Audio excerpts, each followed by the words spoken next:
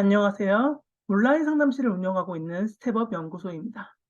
저는 평일에는 상담사로 활동하고 있고, 주말에는 전도사로 사역하고 있습니다.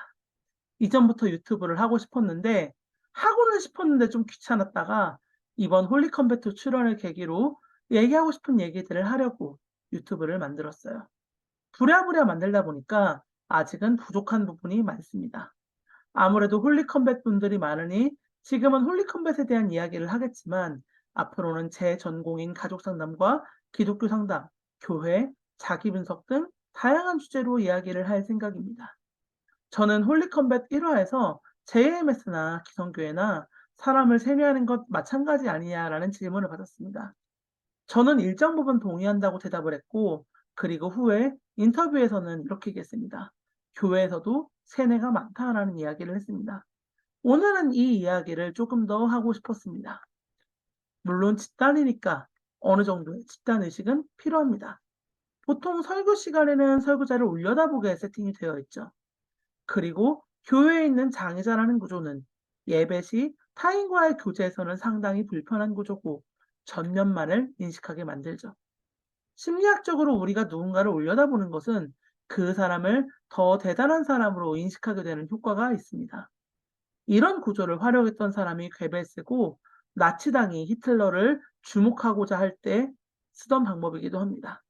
이 예시는 세뇌라는 구조가 이렇게 깔려 있다는 것을 지적하고자 함이지 이것을 세뇌라고 부를 생각은 없습니다. 예배 및 설교자의 기능은 존중되어야 하고 집단은 목적성을 지향해야 하는 만큼 어느 정도는 필요한 구조입니다. 그리고 저는 세뇌와 비세뇌를 가르는 기준으로 질문이 허용되어야 한다는 기준을 제시했습니다. 제가 비기독교인들하고 이야기할 때는 교회의 모든 활동 중에 가장 세뇌랑 가깝다라는 평가를 받는 게 수련회 기도회에서 그 분위기가 너무 무섭고 그리고 기도를 하지 않으면 안 될 것 같다라는 압박을 받았을 때라고 이야기를 많이 들었습니다. 내가 동의를 하는가의 여부와 상관없이 해야만 하고 안 하면 안 된다는 느낌을 받는다라면 그것은 세뇌의 일종이라고도 볼 수 있을 것 같습니다. 실제로 이게 무서워서 교회를 나간 사람들을 저는 꽤 많이 만났습니다. 세뇌가 좋지 않은 영향을 주는 점을 제 현업이랑 섞어서 이야기를 좀 더 하고 싶습니다. 저는 교인들의 대화 코드 중 하나가 그리스도인들의 삶은 무조건 긍정적이어야 한다라는 것이라는 것이 저변에 깔려 있다고 생각을 해요. 교회에서 부정적인 이야기들을 표현하는 것은 무언가 꺼림칙하고 사람들도 꺼려하고 그리스도인들의 삶은 반드시 은혜로 마무리되어야 한다고 생각을 하거든요. 그런데 힘들다고 표현을 해야 할 때가 있습니다. 대표적으로 우울증에 관한 경우입니다. 상담 치료 현장에서 우울증 환자들에게 필요한 메시지를 꼽는 것은 힘들면 하지 마라. 쉬어도 된다. 라는 종류의 메시지들이거든요. 그런데 그 말은 귀에 달콤하지 않습니다. 우울을 겪으시는 분들하고 이야기를 하면 삶이 반드시 생산적이고 긍정적으로 가야 한다고 생각을 하시는 분들이 꽤 많습니다.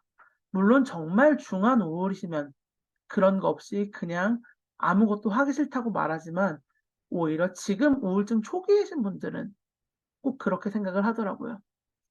종교 여부를 가리지 않아요. 오히려 교회 다니시는 분들이 이런 생각이 조금 더 강하면 강했습니다.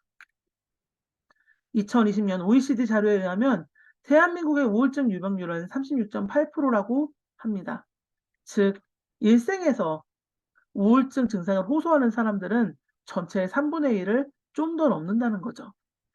우리가 삶에서 화가 나고 부정적이고 슬프고 아프고 좌절하는 모습을 외면한다는 것은 우리의 삶의 이야기 중 3분의 1 이상을 묻어버리는 것일지도 모릅니다.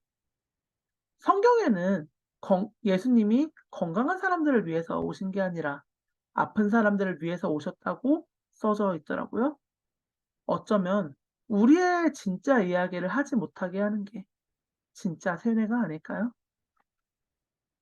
교회는 분명히 예수님 한 분만을 바라봐야 하는 공간이지만 그걸 바라보는 우리의 시선이 하나로 모여야 한다는 것은 어쩌면 이 공간을 세뇌로 만드는 길이 아닐까 싶습니다. 우리는 서로 다름을 확인하고 때로는 서로 때문에 아프기도 하고 그러면서도 같은 곳을 바라본다는 신뢰가 쌓일 때에야 교회와 세뇌와의 관계성이 엎어지지 않을까 싶습니다. 그래서 질문이 허용되어야 한다는 이야기를 했던 거고요. 더 나아가서는 거부도, 다름도 허용되어야 한다고 생각을 합니다. 앞으로도 이런 이야기들을 많이 하고 싶습니다. 도움이 되셨다면, 공감이 되셨다면 구독, 좋아요, 댓글, 알림 설정 부탁드립니다. 앞으로 그리고 어떤 이야기를 해야 할지도 도움을 구하고 싶습니다. 잘 부탁드립니다.